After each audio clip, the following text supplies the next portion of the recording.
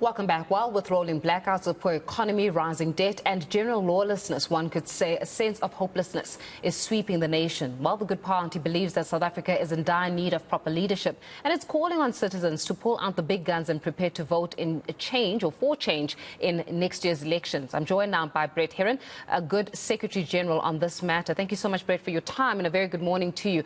Well, certainly, South Africans, I think, feel as though 29 years or so into our democracy, a lot of promises were made in the beginning. I don't know if those kinds of promises were supposed to be made, but a lot of questions around the future of our country are also being asked. But then the question is South Africa and the citizens, therefore, ready to vote for change? Because you can be unhappy, but still vote the same way come 2024.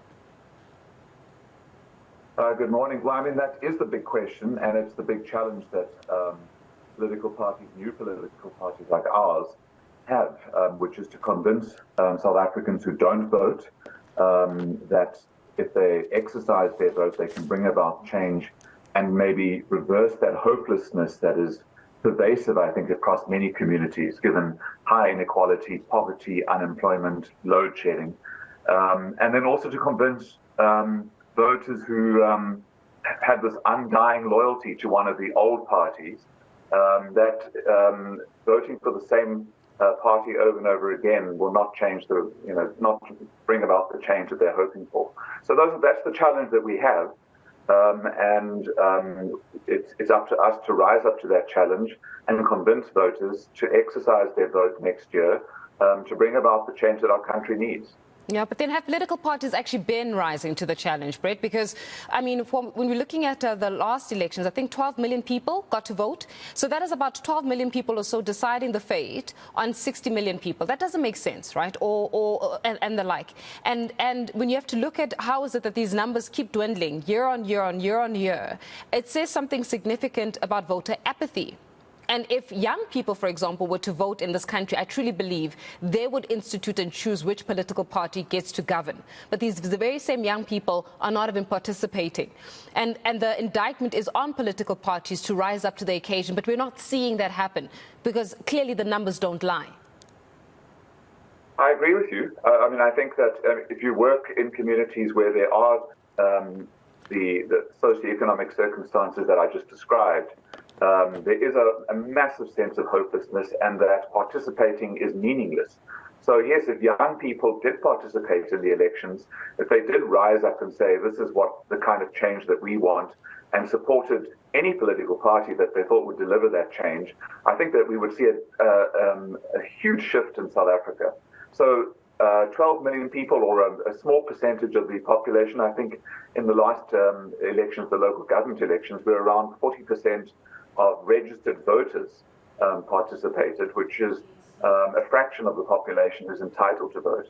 So the call really is for young people, because the issues are generational. It's about their future.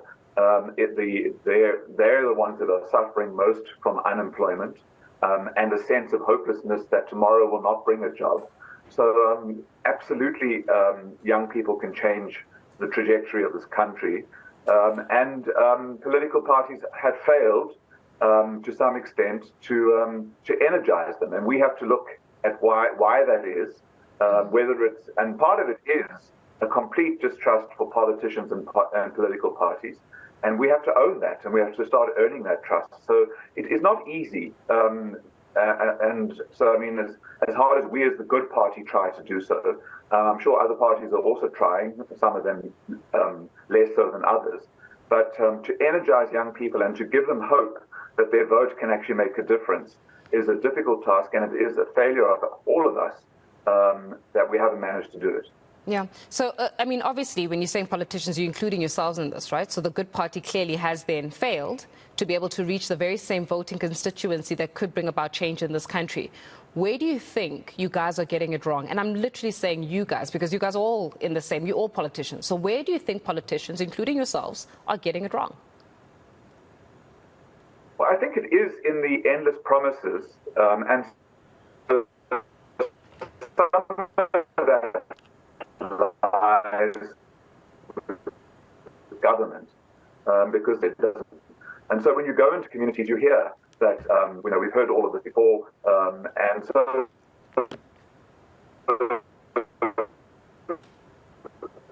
Brett, what a pity. I mean, Our connection is failing us a little bit. Brett, I think our connectivity is failing us just slightly. Let me just try to capture that one again. Hopefully we've got something better. But you were saying, why is it that you guys are failing? Where do you think you're getting it wrong? Let's try it again, Brett, and see if we can get a better signal for you. What I was saying was that I think it's the unfulfilled promises. So it is the making of promises, and then they're not fulfilled. So I think people and young South Africans have heard promises about employment, have heard promises about infrastructure improvements, about almost everything. I mean, from 1994, there were huge expectations around housing, and the lack of housing is a huge issue. So you can go through almost any aspect of our society and you'll find promises that have been made that have not been reached and not been delivered. And so young people have, I think, have lost trust and faith in the process because promises that have been made have not been delivered on. And I think what I was saying earlier was that, yes, political parties have failed to convince those voters that they can change their vote and maybe something will change for them, but that the failure to deliver on those promises is really a failure of those parties that were elected into government. As we're looking to 2024, right, more than anything else, South Africans want to see something different. And as you're saying, there's a big trust deficit between politicians as well as the ordinary South African. Right now, on Monday, the 20th of March, the EFF is instituting a national shutdown. They're in protest of the very same living condition standards and the like. We saw yesterday the ANC was in protest in Tshwane. Before then, the DA was in protest at Luthuli House. So clearly political parties are protesting instead of the citizens protesting. But that's another story for another day. Come 2024, will we be seeing the effects of these protests? In other words, do you see these protests yielding good results and possibly more votes for these political parties because of what they're doing? I really don't, and I mean, I'm not a fortune teller or a sangoma, as they say, so I can't really predict what the impact of these marches will have.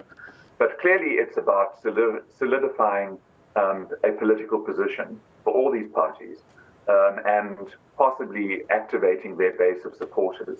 And so I view all these marches as part of the electioneering that is kicked off or about to kick off for 2024.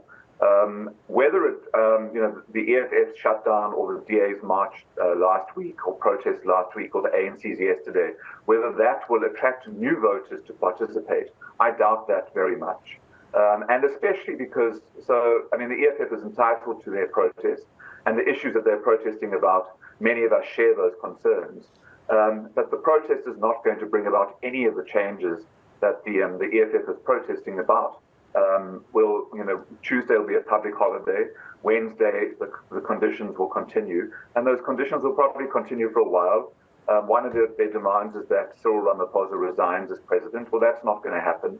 So I think that these marches, to some extent, when they are around these issues and are marches to protest against them, reinforce the fact that actually nothing changes. Do you think he should resign? The president? Mm-hmm.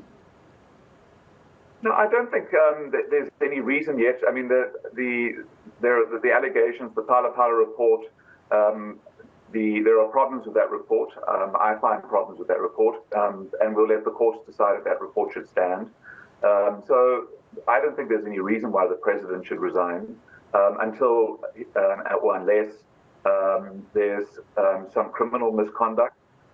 Or one of the investigations by Assad or the public protector indicate that he's seriously breached or violated the Ethics Act or Ethics Code or law in South Africa.